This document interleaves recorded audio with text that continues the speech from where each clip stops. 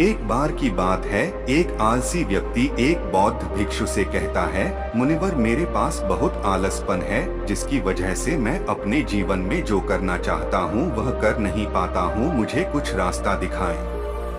तो बौद्ध भिक्षु उस आदमी से पूछते हैं, क्या तुम्हें पक्का विश्वास है कि तुम्हें आलसपन है? वह व्यक्ति कहता है, जी मुनिवार, केवल मैं ही नहीं, मेरे पूरे गांव के लोग कहते हैं कि मैं आलसी हूँ। वह बौद्ध भिक्षु उस व्यक्ति से कहते हैं, परंतु क्या तुम्हारे पास इस बात का कोई प्रमाण है कि तुम वाकई आलसी हो? वह व्यक्ति कहता है, जी मुनिवार। तो बौद्ध भिक्षु कहते हैं, क्या प्रमाण है? मुनिवार, मैं जानता तो हूँ कि व्यायाम करना मेरे स्वास्थ्य के लिए अच्छा तो है, लेकिन मैं चाह कर भी नहीं कर पाता हूँ, क्योंकि मेरा आलस मुझे सुबह जल्दी उठने ही नहीं देता। वे बौद्ध भिक्षु कहते हैं, अच्छा तुम ऐसी आलस से परेशान हो?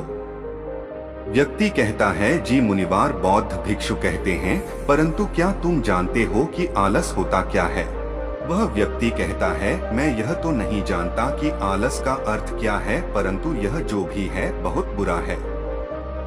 वह बौद्ध भिक्षु कहते हैं कि सबसे पहले तो तुम यह समझो कि जो भी चीज प्राकृतिक रूप से मनुष्य के भीतर है उसका कोई ना कोई उपयोग है।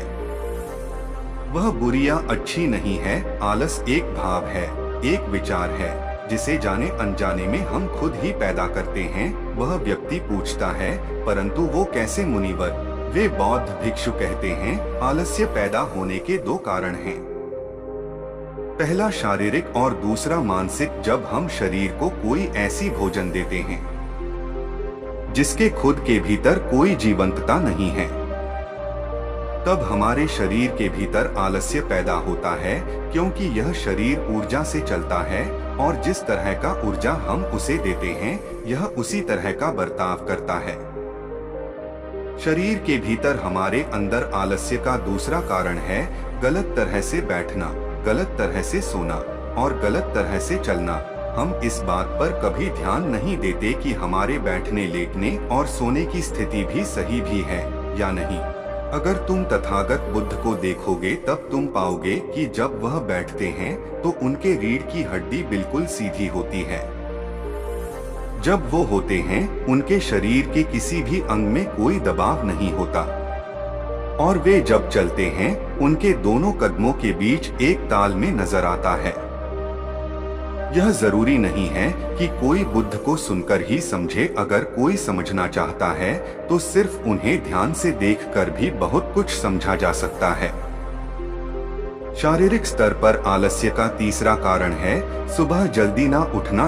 यह सुनकर वह व्यक्ति कहता है, वह बौद्ध भिक्षु मुस्कुराते हैं और कहते हैं, तुम सुबह जल्दी तभी उठ सकते हो जब तुम रात को सोने का एक सही समय निर्धारित कर लोगे। प्रत्येक बौद्ध भिक्षु को अनुशासन का पालन करना होता है, क्योंकि अनुशासन हमारे जीवन में संतुलन लाता है। ज्यादातर लोग अनुशासन को बुरा समझते हैं, क्योंकि उन्हें लगता है कि अनुशासन उन्हें बांधता है, जबकि असल में यह है कि अनुशासन हमें बांधता नहीं बल्कि मुक्त करता है। तब वह व्यक्ति पूछता है, परंतु मुनिवर शुरुआत कहाँ से करें? सही तरह से भोजन करने से, सही तरह से बैठने, लेटने या चलने से, या सुबह जल्दी उठने से? वह बौद्ध भिक्षु कहते हैं, शुरुआत अभी से करो। जो भी तुम इस समय कर रहे हो उसे ध्यान से करो। पहले तुम मन के स्तर पर आलस्य को समझो। वैसे ज्यादा स्थितियों में मन शरीर के कारण आलस्य पैदा करता है। मानसिक आलस्य का पहला कारण है हमारे पुराने गलत विश्वास। हमें लगता है कि हम पिछली बार भी नहीं कर पाए थे, इसलिए इस बार भी हमसे नहीं होगा। हम इस बात को नहीं देखते हैं कि इस बार और पिछली बार में बहुत अंतर है। अब हम मानसिक तौर पर वह नहीं है जो पहले थे। अब सब कुछ बदल चुका है। जब हम अपने आप को काबिल नहीं समझते तब आलस हम पर हावी हो जाता है। दूसरा कारण है छोटी लोग वाले और आलसी लोगों का साथ देना।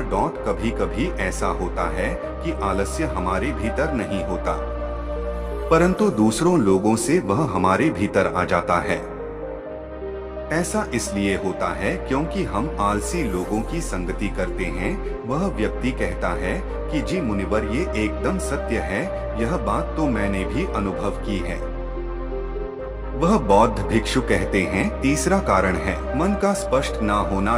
मान लो तुम एक वन में खो गए हो और शाम होने वाली है, तुम्हें यह नहीं पता कि तुम्हारा घर किस दिशा में है, तो क्या ऐसी स्थिति में तुम आलसी बनकर लेट जाओगे या फिर अपने घर की तलाश में निकल पड़ोगे? वह व्यक्ति कहता है कि मैं घर की तलाश में निकल पड़ूंगा। तब वो बौद्ध भिक्षु कहते हैं कि अगर खूब प्रयास करने के बाद भी तुम्हें तुम्हारे घर का रास्ता नहीं मिला, तब तुम क्या करोगे? वह व्यक्ति कहता है, मैं फिर भी तलाश में लगा रहूंगा, क्योंकि मेरे पास उसके अलावा और कोई विकल्प ही नहीं होगा। वह बौद्ध भिक्षु कहते हैं, मनुष्य को आलस तभी पकड़ता है जब उसके पास कई विकल्प होते हैं। अगर किसी के पास सिर्फ एक ही विकल्प है तो उसका मन पूरी तरह से स्पष्ट होगा। अगर तुम अभी व्यायाम नहीं कर पा रहे हो तो उसका कारण तुम्हारे नजर का स्पष्ट नहीं होना है। तुम अभी भविष्य में होने वाले रोगों को नहीं देख पा रहे हो। तुम अभी उन रोगों से होने वाली पीड़ा को महसूस नहीं कर पा रहे हो। वह बौद्ध भिक्षु आगे कहते हैं कि आलस्य का चौथा मानसिक कारण है किसी काम को करने की कोई वजह ना होना। मान लो तुम एक रास्ते से कहीं जा रहे हो और बहुत देर तक चलते चलते तुम कहीं थक जाते हो। अब तुम्हारा और चलने का मन नहीं कर रहा है, तुम्हें आलस्य आ रहा है।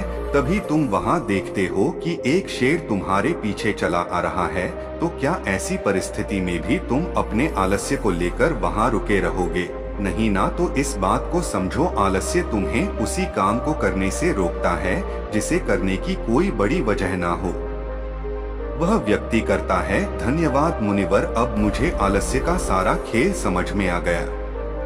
वह बौद्ध भिक्षु कहते हैं, मेरी एक बात हमेशा याद रखना, जहाँ अस्पष्टता है या कुछ करने की बड़ी वजह है, वहाँ आलस्य हो ही नहीं सकता।